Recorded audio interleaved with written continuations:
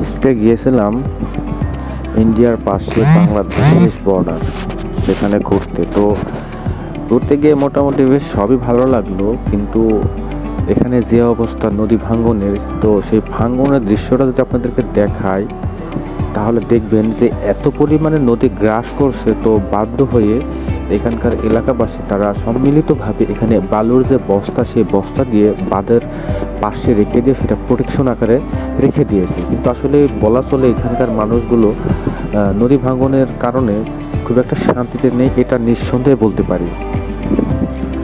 তো ঘুরতে ঘুরতে আমাদেরকে বেশ ভালোই লাগলো, কারণ পাশে ইন্ডিয়া, তারপরে বাংলাদেশের নদী, পদ্মা নদী, সব কিছু মিলিয়ে খারাপ লাগেনি, ভালোই লেগেছে।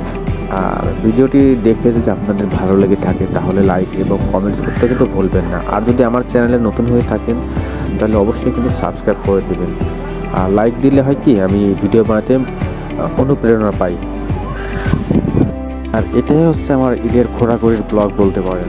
এখানে পাশে বাংলাদেশ, মানে বাংলাদেশের মধ্যে ভিডিওটা করছি, এবং পাশে হচ্ছে ইন্ডিয়া, এবং এখানে যে চরাঞ্চল সেখানে অনেক মানুষ খেলাধুলা করছে।